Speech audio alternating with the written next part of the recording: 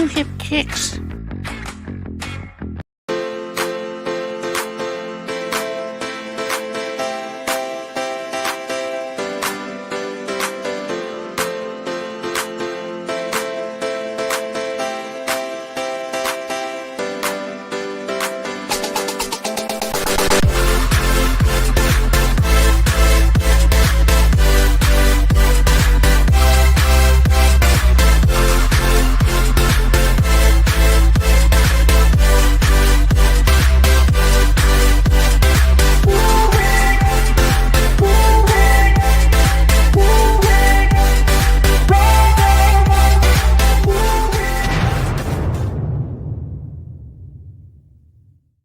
Boom.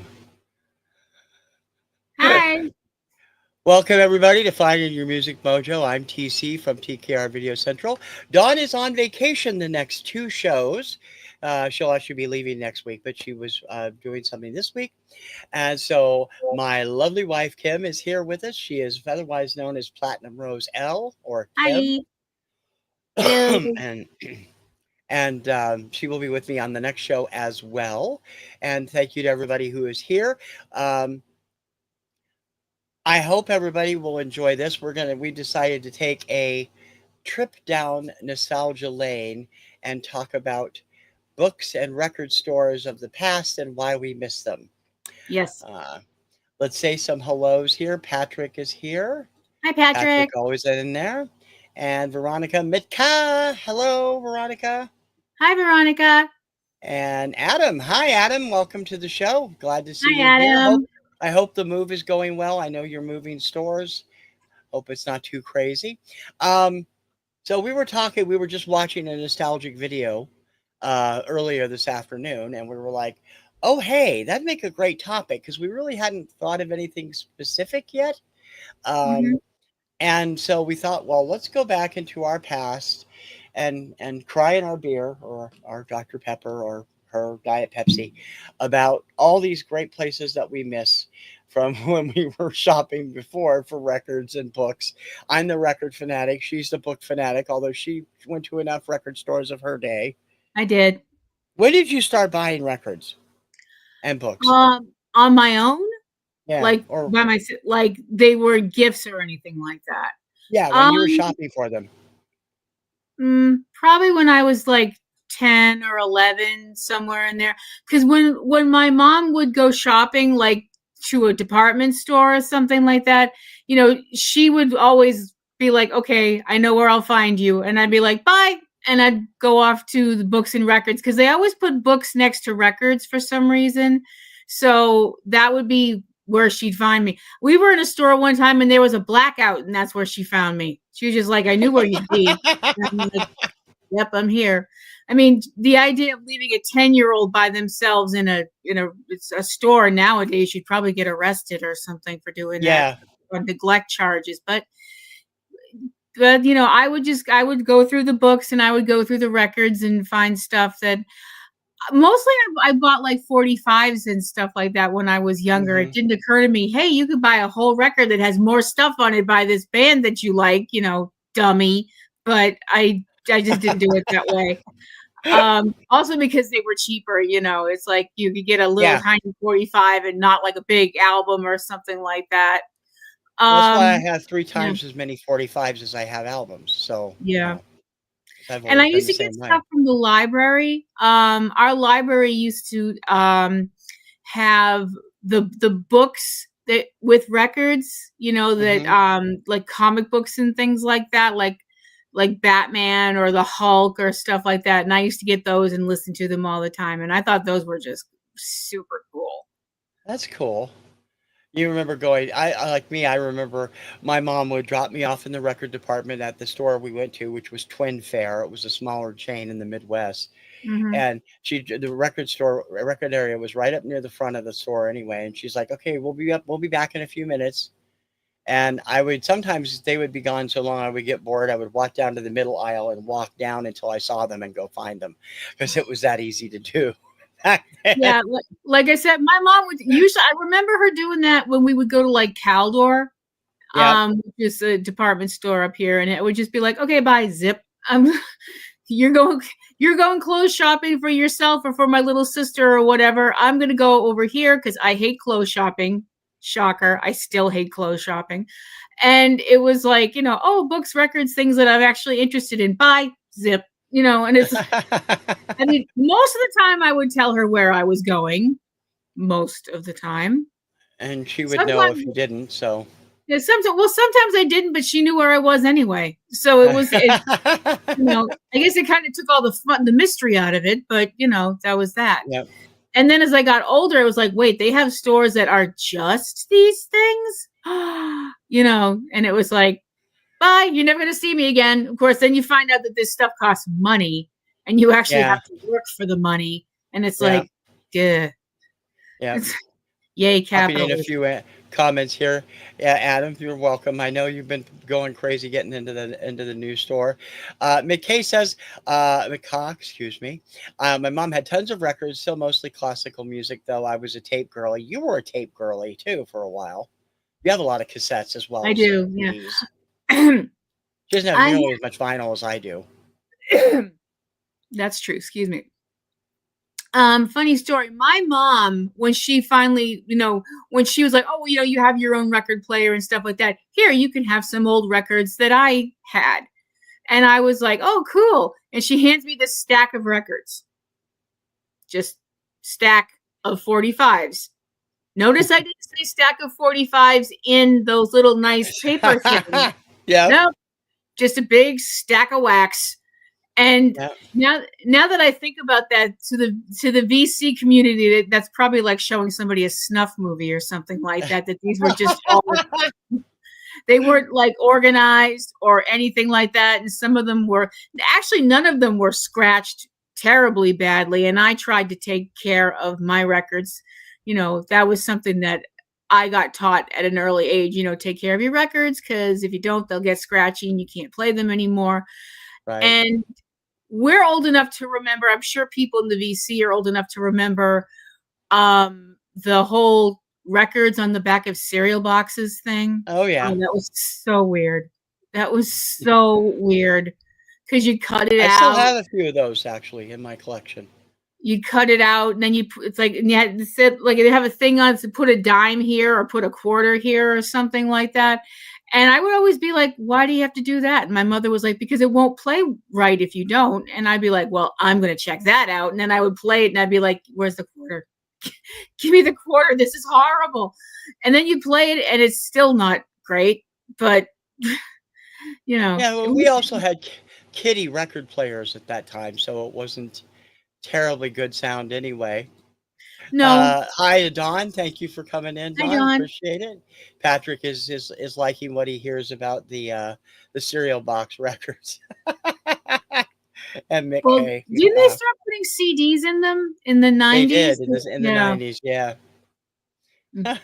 You can play music or use it as a weapon. Not that I'm encouraging that. I'm not encouraging that. But yeah, record stores were a big part of my teenage years, specifically Strawberries, which is a chain that was, oh gosh, I spent so much time in Strawberries. It was ridiculous. The thing is, a little backstory. My mom worked in Boston, and Boston back in the 80s was, it was a shopper's paradise. There was every kind of store you could imagine for every kind of thing. And there was an enormous Strawberries record store. It's 3 stories, I think. And I used to, was it 5? There's 5 stories, yeah. And I used to go in there and I would spend so much time in there. It was ridiculous. Yeah, we should explain that you're talking about the Downtown Crossing shopping district, which is virtually a dead, it's a dearth of anything anymore. Now it looks like it's like something like all the stores got picked up by UFOs and got taken away or something. It's like, phew.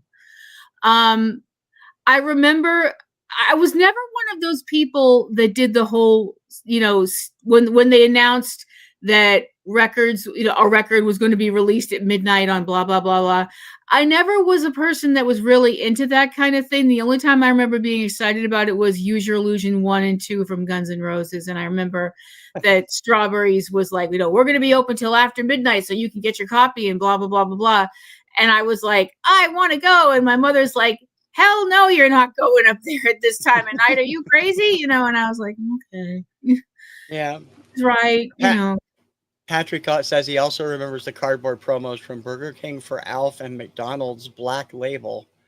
I'm not sure. I don't remember anything from McDonald's. I do remember the Burger King thing. Adam says you can glue and tape cereal box records on a 12-inch vinyl record and they play wonderfully. Yeah, I used to have like a larger 78, a Kitty record that I would literally stick those records to with little tape on the bottom side, and they played fine. So it wasn't great sound, but they didn't skip everywhere. So that's some MacGyver stuff. Wow.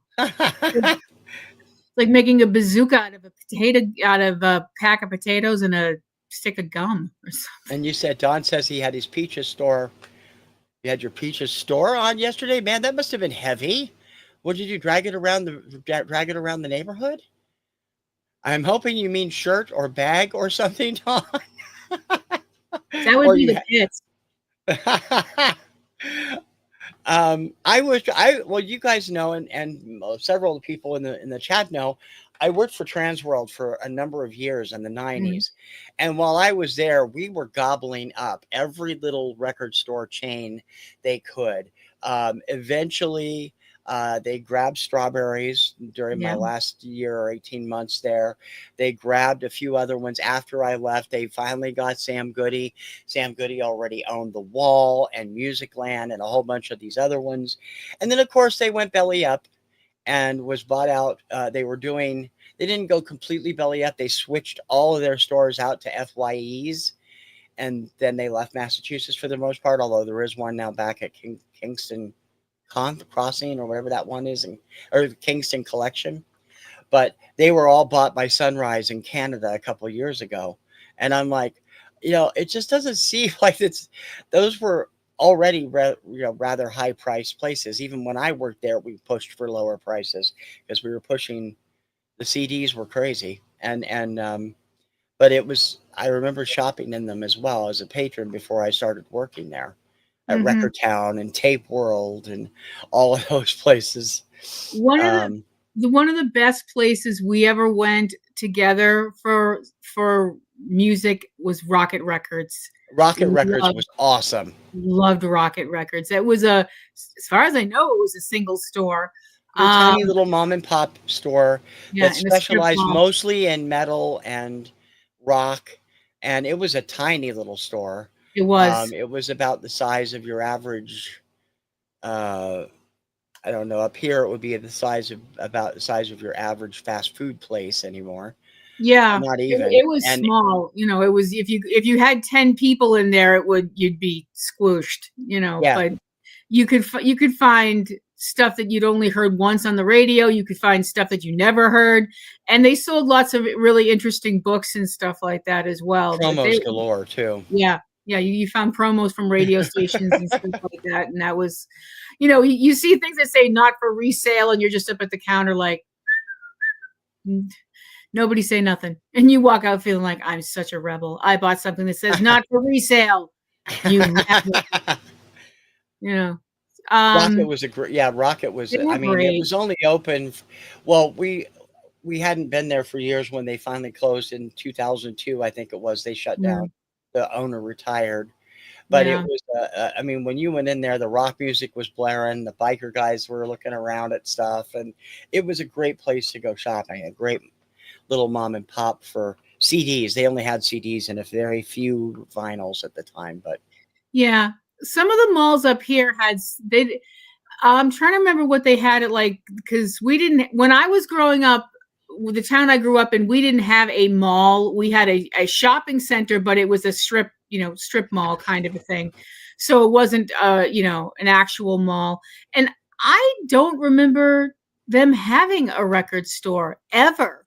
Now that I sit here and think about it, they had anchor stores like Sears and service merchandise and stuff like that. And I'm pretty sure I think Sears sold records at one The one point. at North Shore did. Maybe? I don't recall exactly. But I don't remember them ever having a record store in that shopping center, which is just wild, especially Hmm. because it was right basically on the other side of the highway from the high school. So you'd think you'd have a whole bunch of kids coming in and always grabbing, records and stuff like that. But Yeah. once they changed it over and made it into a mall, for a while they had a Sam Goody in there, and Yeah. they It were was pretty. huge too. It was a really big Sam Goody that actually had, and I couldn't believe it, an anime section. I was like, I almost did a Snoopy happy dance that they had an anime section, because trying to find anime in Massachusetts in the 80s, you might as well have tried to find the lost city of El Dorado, because Yeah. it was just, oh, it was terrible. It was just Yep. terrible, embarrassing. Yeah, Patrick Um, says he learned something tonight. Didn't know that Sam Goody went to FYE. Yeah, they Trans World absorbed Sam Goody, and I think it was 2000. And they finally got, when Sam Goody was on the verge of like going completely belly up. They stepped in for a fire sale price, and so they got Sam Goody, The Wall. I forget what else they owned. Either Saturday Matinee or the other one that was around for the video stores. The other one was owned by Transworld. I yeah. forget what it was. And yeah, so they did pick up all those for a song, just like they did Strawberries. So Yeah, which is a shame, because Strawberry was just fun. That was like that place was great, and you always felt welcome when you went in there. They didn't look at you like they didn't look at you like they thought you were trying to steal from the place or something like that, like some stores did. Um, and they knew we were kids. We were teenagers or young adults, and they were just like, hey, you're our people, and welcome, and look around as long as you want. They didn't yeah, chase you around. They didn't chase you out of there after 10 minutes if you weren't buying something. I know one place you really liked a lot was HMV. You really liked that. I loved HMV. When we had an HMV out at Mhm. Harvard Square, actually it was in Brattle Square, but it was in the Harvard area of Cambridge. They were great. They had one downtown for a while near Downtown Crossing, and it wasn't nearly as good. But the one out at It Harvard wasn't was as big. just, no, it wasn't. It was half the size. The one Mm. out at Harvard was right next door to the Brattle Theater. They had a section for they had a room for classical, a room for foreign music, and these amazing bins filled with CD cutouts from the UK that I Mhm. picked up for $2 a song, or $2 a disc, and they usually had 3 or 4 discs in them. In the mid '90s, I loved HMV. You It know, was great for a bargain when you were on a budget like I was back I loved then. Harvard Square in the 90s. Harvard Square in the Yeah. 90s was just magical. Well, Harvard There Square in the '90s had everything. They had a HMV, they had a tower, they had a Newberry's in the garage. Then they had was still have the Newberries. yeah, Newberry's is still there. They had a Discount Records, which was another Sam Goody company, and they had um, Strawberries down under, and that later became the Wall. And they were all there. And now the only thing left is Newberry Comics. Yeah. Well, So I don't know if that one I don't remember the name of that store. Didn't we go in one record store that's in that area, but it was like downstairs. You had to go down a set of there's a stairs to get. yeah, that was a Yeah. Strawberries downstairs. It was a Strawberries outlet, and then it became the Wall. And now I think there's a theater company down there. Yeah, I think you're right about I'm that. not mistaken. Last time we were out that way. I hated those stairs. I did not like those stairs, man, and that was before I screwed up my leg. I just didn't like those stairs. I was like, these are like you could fall down these things, or I could. Yeah, Um, when I was a kid, I used to go, when I was a very small kid, I would just get my records when I first started collecting at the local big box stores. mhm. In Spokane, that would have been, Sears, the Crescent, places like that. And in Ohio, it would have been Twin Fair or Penny's or whatever. But when I got older and we were there for a year and a half, um, the all the chains Washington had were local. They were pretty local, or at least West Coast chains. There was a DJ's Sound City at Tacoma Mall in Tacoma, and there was also later one in Spokane at Northtown Mall, and they had good stuff. There was the Brass Ear, which oh no, I'm sorry, DJ's was at South Center. The Brass Ear was at Tacoma Mall, and that was another local chain.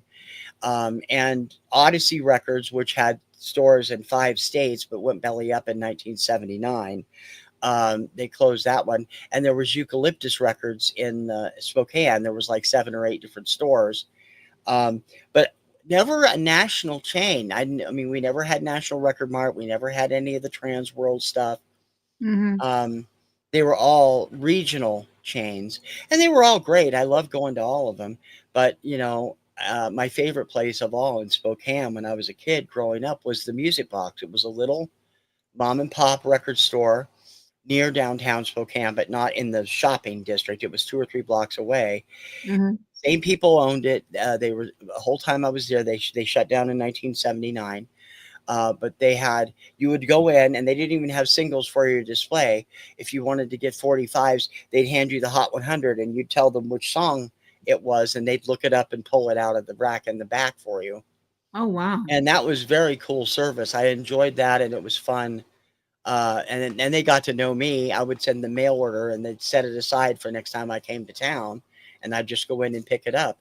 And when they went under, I was so heartbroken. They were just a great place to go. I just remembered another place that I used to get records at sometimes when I would go shopping with my mother.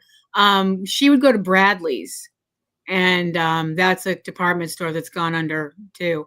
And I remember getting 45s there. Like I think I got Toto's Africa there. And Not Africa. No. Yeah, I know. And Juice Newton's I think it was Queen of Hearts, I think.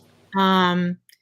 Stuff like that. I remember that. I mean, we had a lot of the, like, strawberries and coconuts and all that. I mean, they're all gone now, and it's just sad. Yeah. I mean, the same thing with bookstores. I mean, there's still some bookstores out there, but that was another thing about Downtown Crossing. When I was like, I'd go in, say hi to my mom, talk to my mom for a few minutes, and then out the door, out the door shopping. That was, hi mom, glad to see you. Can I have some money? Bye, zip. I should have got a Kim soapbox thing to play when you're talking about that. But there was, there was a Barnes and Noble, there was a Laureate's, there was a Walden Books. There was, and eventually there was a Borders as well. And Borders was like, oh my gosh, where have you been all my life? The Borders in Downtown Crossing took over an old bank. They had 2 floors and a mezzanine where they had their cafe. And when we were in there, the mezzanine. The cafe was I thought the cafe was on the first floor.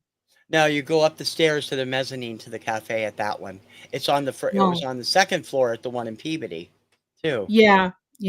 That was the first place Borders was the first place I ever got an Italian soda. I was like, what's that? And they were like, well, you can get whatever flavor you want. And I was like, okay. And I was like, I tried one. I was like, this is a mistake. I was like, this is a mistake. But I loved Borders. I could sit in Borders I could sit in a bookstore for hours. B. Dalton, Patrick. Oh, I'm with you, buddy. B. Dalton was great. There was a B. Dalton in Peabody, I think. Was it? Yep. Yeah. And that was a standalone one, which was weird because I'd never seen a standalone B. Dalton. All the ones I'd seen were in malls. And that place had the best RPG section. We got all of our RPG stuff there. Yeah, I walked in that place and I was like, take this, all of those, some of that, and 65 of these. Thank you. And that was, that was my thing. My sister would come. my sister would come home from work with, she worked in clothing stores and she'd come home with clothes, and I would work in bookstores and come home with books. So And I worked in record stores and came home with records, so it all worked out. The I guess it's a good thing none of us worked in gun stores. Yeah, there was also near the end of the cycle where things started to disappear in downtown Crossing. There Mhm. was also a Buck a Book there for a while in the Yes, basement thing. yeah, there I was a don't know bucket if it's book and still it there or became, not. no, it's not. It was a bucket book for a while, and then it was I think for a while it was a Books a Million. Right? Yeah, And now it's, I don't know what it is, but I know what it's not. yeah. Um There's no but bookstores left in downtown Crossing. None of them. The Barnes and Noble closed, although they have finally sold that building, and they are yeah. going to try and put something in there in the next year. Yeah, I and mean, it's been that sitting there empty Barnes, for a decade. yeah, that Barnes and Noble closing or announcing they were closing was, to Thank you, me, Patrick. I couldn't remember the name of the other one. I knew one of them was Saturday Matinee, the other one yeah, was Suncoast Suncoast. Movies and Oh, I Mu remember yeah, that too. yeah. Um, we were in town for something. I forget what we were looking for or something, because we were together, and we st- we were walking down that way, and I was like, I came to a dead stop, and I'm just staring at the Barnes and Noble where it says, going out of business, and I'm just like, he's standing next to me, going, "Oh no, No, no. weren't you?" Actually, I was not with you. You told me about it when you picked me up from work. Oh, that's right, yeah. Because I was like, She "Don't was have a freaking out. I was like, don't have a screaming attack. Do not freak out in the middle of downtown Boston. You will get hauled off by the police, and TC will be stuck at work forever and be mad at you." Well, I could But have taken the tea down that far, but, it's like, whatever. I was just like, what? What? Why don't you just reach in, take my heart out, throw it on the ground, and stomp on it 90 times? You Yeah. Oh, sons of. we have lost all of our borders, all of our hangouts. Borders closed. Yep. They had 3 stores in Boston and 1 in Peabody. We liked 2 of them in Boston, and well, 2 were in Boston, 1 was in Cambridge, and the other one was in Yeah. Peabody.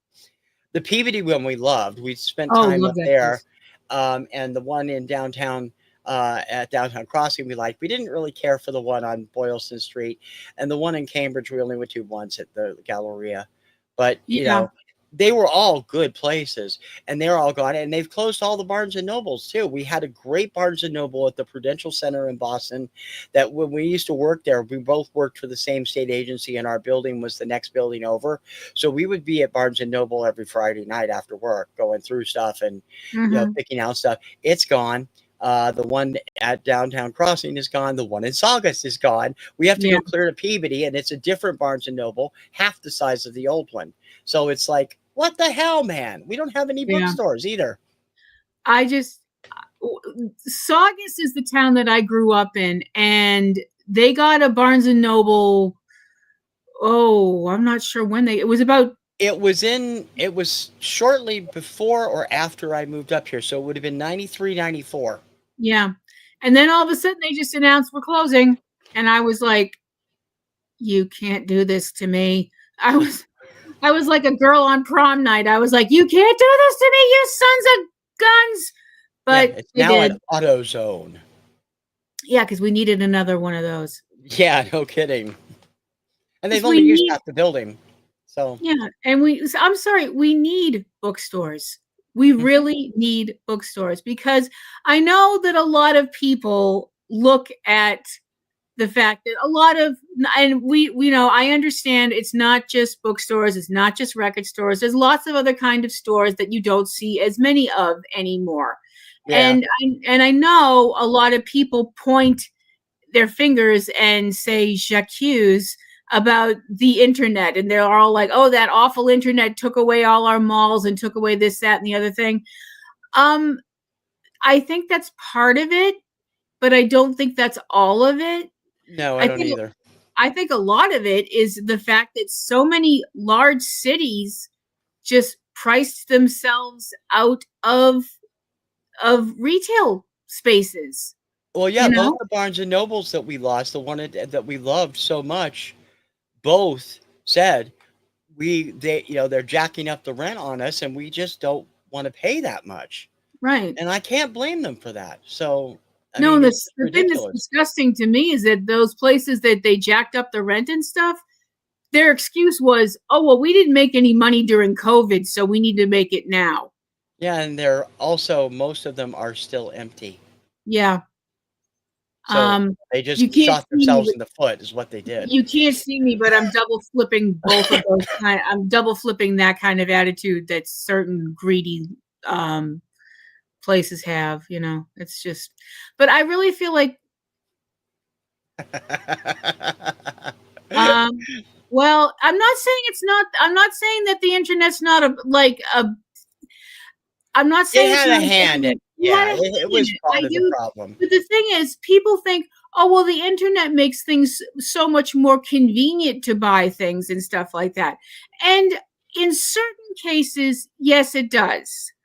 Mhm. But then you think about the fact that when you buy stuff on the internet, sometimes you're paying whatever you're paying for the thing, and then you have to pay shipping fees and you have to pay this, that, and the Yep. other thing, as opposed to you just walking into a bookstore and picking up the book and walking to the counter and paying for it and then walking your happy butt out the door.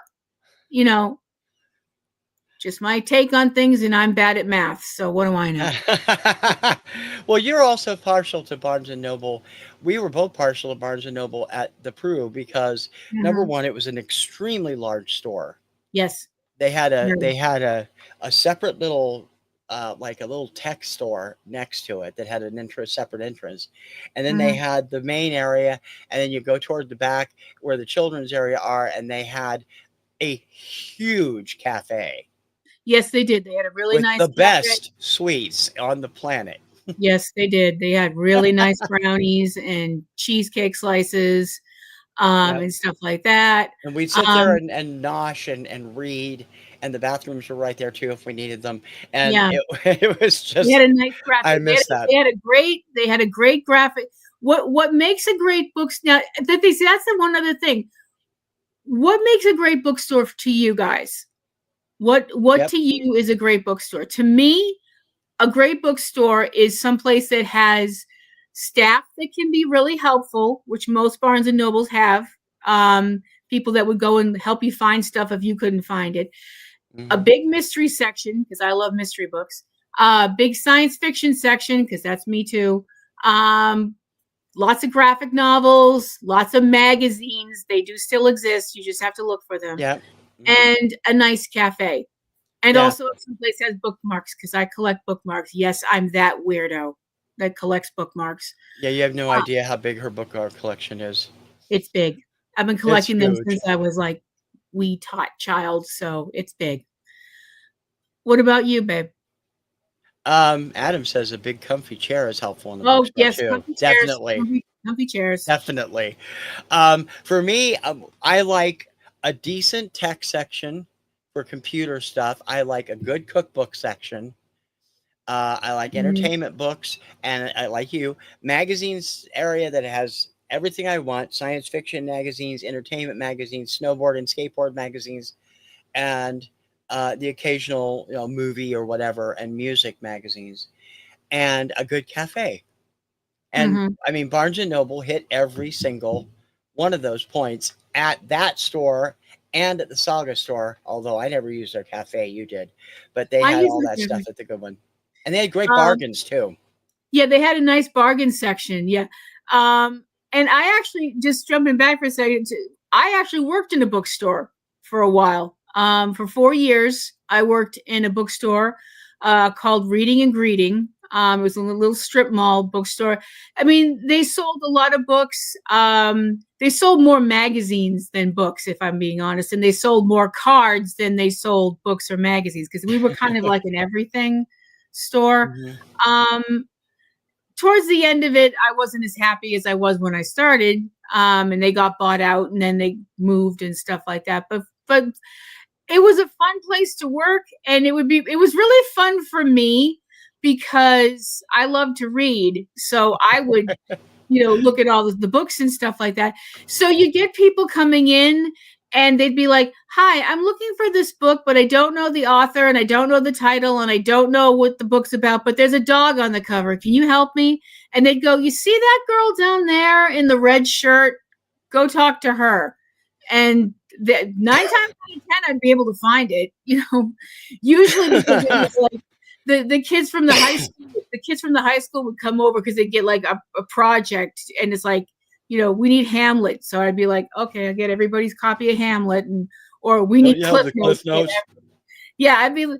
Yeah, most of the time it'd be like, can I have the Cliff Notes? I'd be like, get out. We sold Cliff Notes though, but it's like, read the damn book. Well, you're going to school. What else have you got to do? But I really do think that bookstores, record stores, people need that because it's a sense of community. You will, Yeah. and comic book stores are the same way.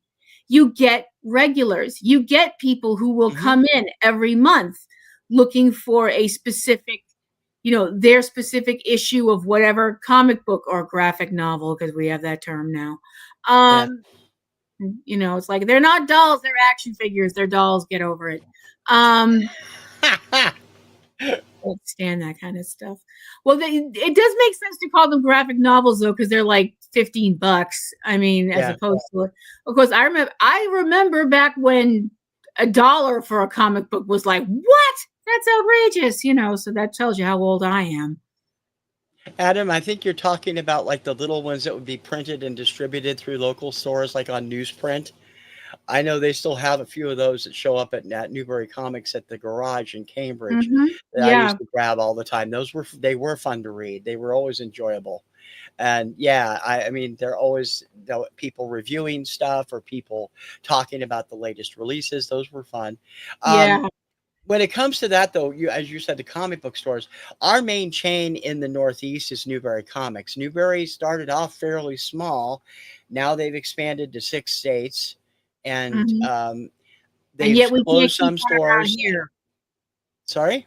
And yet we can't keep one around here. Yeah, they closed ours in April of last year at the Square One Mall in Saugus. But Mm. um, the thing that bothers me more than anything about Newbury's is when they started, and was true for both the Saga store and for the one at Downtown Crossing and for the one in Cambridge.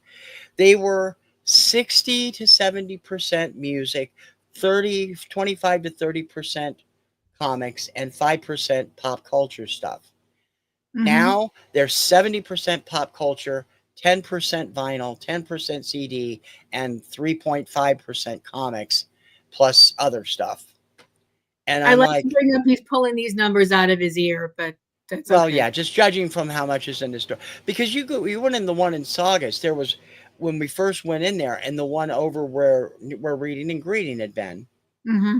It was all CD racks. There was 2 big racks of comics in the back and very little pop culture stuff. Right. When the Saugus one at the mall closed, there was 2 little racks of vinyl, 1 rack of CDs, 1 rack of DVDs, 1 rack of comics, and everything else was T-shirts and pop culture. That's true. So We yeah, haven't been, we haven't been to the wood at the garage in a long time, and I always thought no, that one was more records and comics it than. has to be. It's right by Harvard and several Yeah, other schools. Yeah. that's true. That is So true. Of course, one of the best comic stores I've ever been to. That's Oh Parker's, I've wow, not heard Patrick. of that one. Yeah, me neither. There's a store in here it comes again. Harvard Square has a place called the Million Year Picnic. And first time I ever went in there, I was like, I have to live here. I was like, I'm gonna sell everything and live here. But no, it's a Million Year great. Picnic. Think of a store in a high school bathroom. Yeah, yeah. It's just about the size of one. It is small, but it is jam packed with every comic you've ever heard of, and a lot Yeah. of them you haven't. And the people there are always so nice and friendly and stuff like that, and very much try to help you find what you're looking for. And like I said, it's a great store. The problem is certain of us have a little touch of claustrophobia sometimes. I mean, I'm not Yeah, that it's bad. in a basement and there's windows in the front, but it's kind of dark in there sometimes. And when it's dark out, you really can't see anything in there. And when So there's more than you in there, maybe you yeah, and two other people, it's like if there's more than five people in there, I'm like, nope, gotta go. I'm we've like, been in there when there's been a crowd and it's not fun. yeah, I'm like, no, leave. It's like, no offense, your store is lovely, but I'm gonna start screaming if I don't get out of here. So, can you believe people say I'm melodramatic? It just blows my mind. No, you've never been melodramatic in your whole life. What are you talking about? It's so sweet when your loved ones lie for you. It really is nice. It really is nice. Another store I remember real quick, Laureate's. Um, there was a nice Laureate's in Boston in downtown Crossing again. They were two levels. The lower level was the more bargain discounty kind of things. They had a really nice occult new age section, which is where I spent a lot of my time because it's not just a phase, Dad. You know,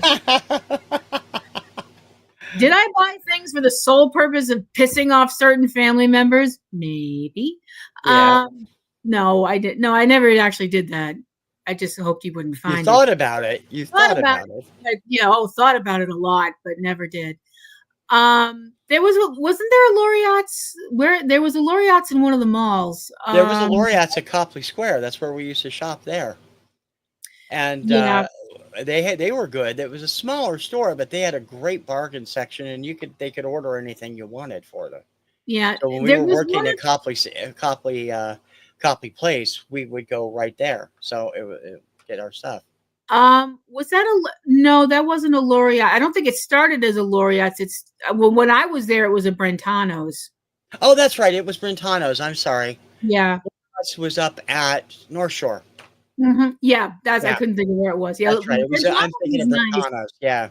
Yeah, Brentano's had a nice mystery section, and they were very like if you needed something, they would order it for you, and they were very And they'd nice. have it in 2 days. I mean, you could Yeah. order whatever you wanted.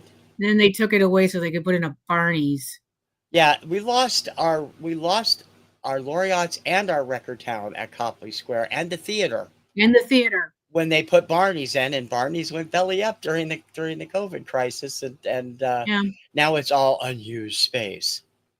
yeah. I don't. Something ironic about that, don't you think? I know we went to that. Well, we went to that theater as a couple once, and then I went by myself once because you weren't interested in the movie. Um, The Boston theater people hated that movie theater. We loved it. We thought I it was liked very it. close and intimate. We saw Zatoichi, the blind Mm-hmm. swordsman, with Takeshi Kitano, the version he made, We're not and you worthy. We're saw not Die Mommy Die worthy. there. Yeah, and I saw Die Mommy Die there. Which if you've never seen it is a really good movie. It's weird, but it's good. And I liked that theater. I mean, it was an old style thing. I think maybe that's why I liked it because it reminded me of the theater that I went to when I was a little girl, which was Yeah. hold on to your hats, folks. I went to our theater in my hometown was a General Cinema. Um, yeah, that one.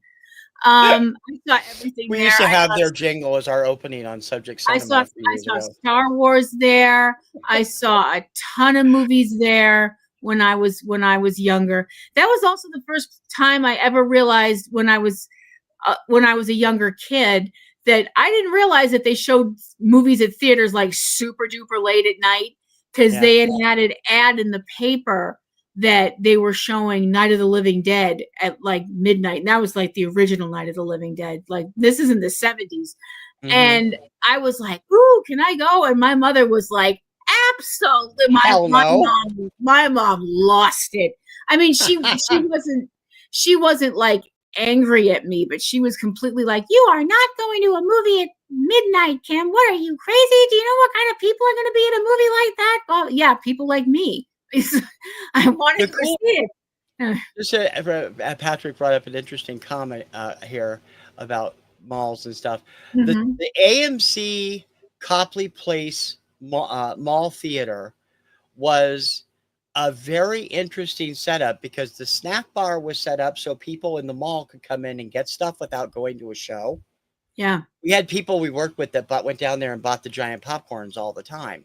Mm-hmm. And the theaters were the old style, no slope seating, all floor seating, little postage stamp sized theaters. They Yeah. showed mostly foreign films, very independent films, stuff that wouldn't show at a lot of the major multiplexes in Boston. And I was mad when they got rid of it because the theater wasn't that great, but it was a great place to go because you could see stuff that you wouldn't see anywhere else or very few other places in town. Other Yeah. than Rattle and the Coolidge. So that's the thing. When we were working in Copley, I mean, you could be done with work, go shopping, go to a movie, and then go to Chili's for dinner, and then catch Yes. the train home. Mhm. It was great, and then they screwed it all up. Yeah, they got rid of the Chili's, they got rid of the theater, they got rid of Brentano's and Record Town and all the food courts and put Barney's in, like we said. Yeah. Oh well.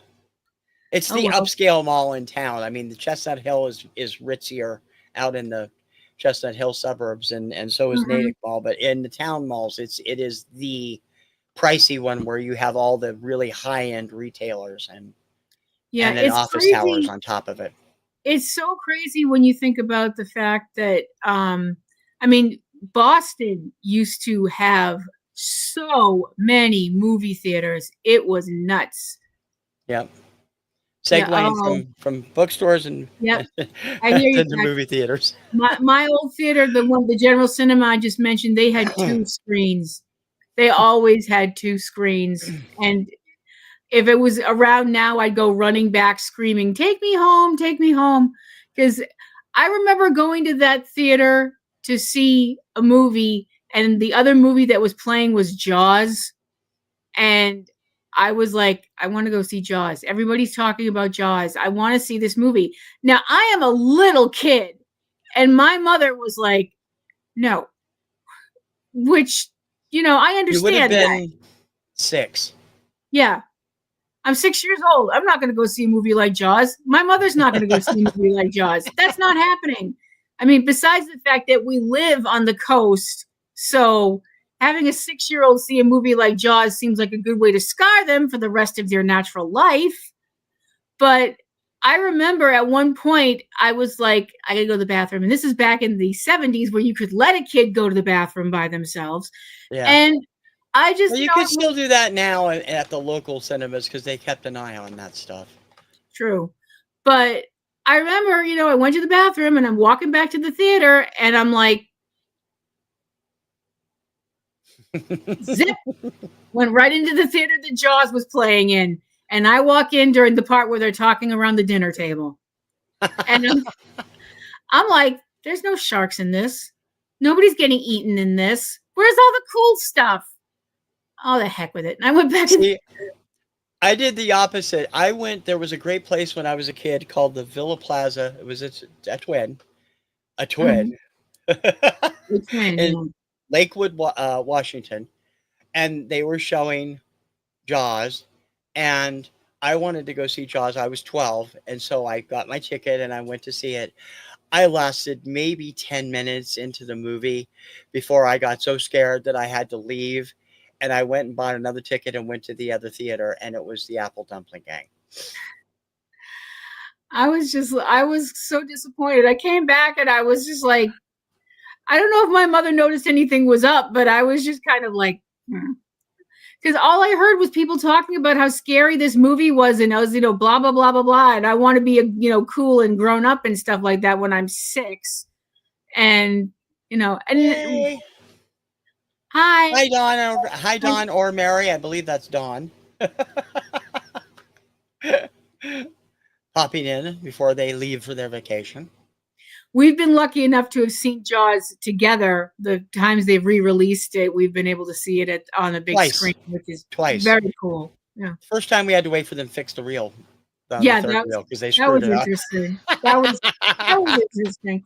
But there used to be so many theaters in Boston, and I feel so badly that I didn't go to a lot of them, because when you're a little kid in a in a suburb of Boston. Boston seems like it's light years away, you Yeah. know. Um, and there's so many theaters that are I know now are gone and stuff like that, and it's just really weird, you But know. that did change when we started Subject Cinema Mhm. in 2006. Subject Cinema ran for 14 years. If you want to check it out, go to PNR Networks on YouTube. All of the shows are up there. Mhm. When we started Subject Cinema, we made a point to get to all of the open theaters inside of the T system. We Yep. didn't make it to a couple of the really outlying ones, and some of them have closed since then. But Yeah. we did get to quite a few of them. We Even, did. locally, we can't go locally because our local cinema, which was our home cinema, Showcase Cinemas Revere, closed at the end of 2021. And Yep. it's an Amazon warehouse now. Yep. So we have to go clear to town or to Somerville to the theater now, and it sucks. It does.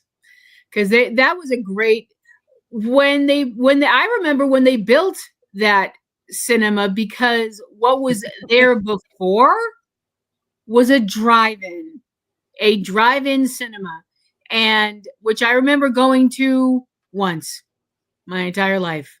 I My parents went to see a movie at the drive-in. I don't think my sister was born yet. So I was under Under 5. 4, yeah. Yeah, yeah. And I remember just being bored out of my mind. I remember being bored, stupid.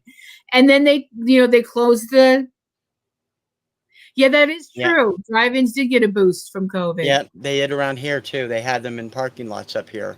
Yeah, So that which was is a very really cool. good idea. It was really, really good idea. And eventually the drive-in closed and sat there for a long, long time. And then they tore it down and they put in what was, I think when they started, was 10 cinemas, I Yeah. think, and that was big for It around was here. 10 That and was then 14, and then when they took the new one in, it became 20. Mhm. Yeah. And we saw like so many I saw so many movies there, by myself or with friends or with TC, and everything, from the latest popcorn movie to some really deep stuff. Because they showed a little bit of everything. They got more cosmopolitan as the theater went on, I think, because they showed more Spanish films, they'd show some Indian films. Um, Did they show some Indian films? I don't. I know that I Fresh think Pond became a mostly Indian cinema later, but I don't know I think about. they did show them at least a couple of times, and Yeah, then they they got did. the They should four. start showing the Spanish language stuff because we have a huge Spanish population in Revere, and they were instant hits over there. Yeah, So and they got the 4D stuff in, which was interesting. love the Um, 4D. 4D was yeah. awesome. One of us loved the 4D. One of us felt like they were a sock in the dryer. I just like, 'cause We I'm like, didn't see oh, that much in 4D. We saw The Martian, we saw Deadpool, we saw Man from Uncle, and I mhm, saw Valerian. the I second think time. that's it Yeah. in 4D. Yep. So yeah, yeah. The second time I saw Valerian the previous week in the 3D place, the 3D Yeah. theater. I think I'm trying to think of the craziest things that ever happened when we were in a theater, and the only thing I can think of that's completely nuts was the Twilight Girls. That Oh, I was can think of another one. Go ahead. You tell your story. when the Twilight films came out. We went to see them because we have a friend who is very into the books. Hmm. So we went to see the movies because we're good friends. And the fact that one of us decided to wear a And team. we were both fans of Kristen Stewart from other work besides Yeah. the Twilight films. Yeah. Yep. Yep. And the fact that one of us wore a Team Winchester shirt, and got glared at a lot, but nobody came up to me. I don't No. understand that. I'm so approachable looking. I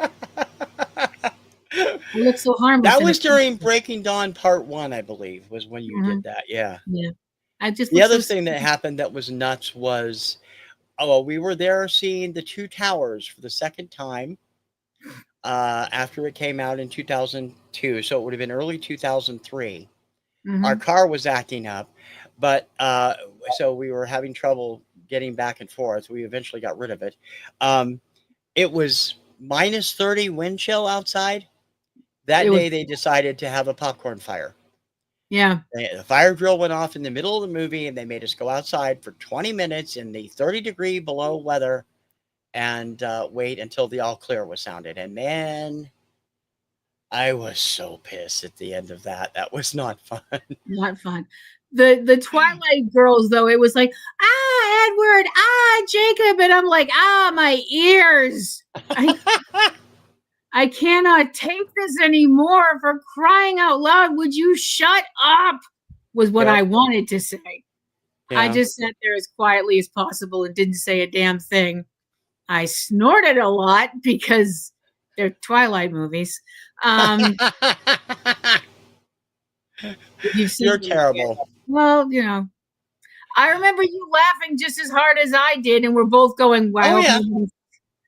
Renee. Well, we didn't want to piss off our friend. She knew we were not into it the way she was. So yeah. And we were amateur film critics on Subject Sentiment too, so it didn't hurt that we were there and having fun, just seeing the hell out of I'm them. trying to think of what was the longest time we spent at the theater, if it was the Marvel movie marathon or the Lord of the Rings marathon. We went to the Lord of the Rings extended edition marathon. Yep. Which lasted from 10 a.m. until 11 p.m.